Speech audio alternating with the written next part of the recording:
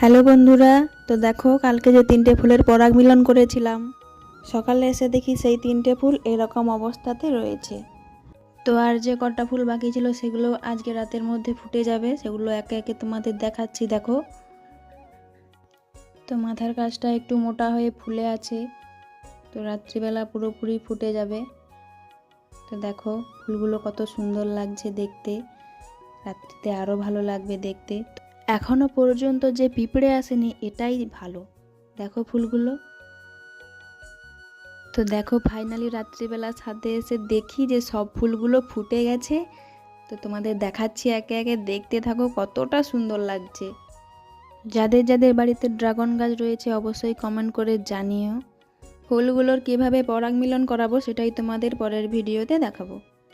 তো ভিডিওটি ভালো লাগলে একটা লাইক করে চ্যানেলটাকে সাবস্ক্রাইব করে দিও। আজকের মতো টাটা।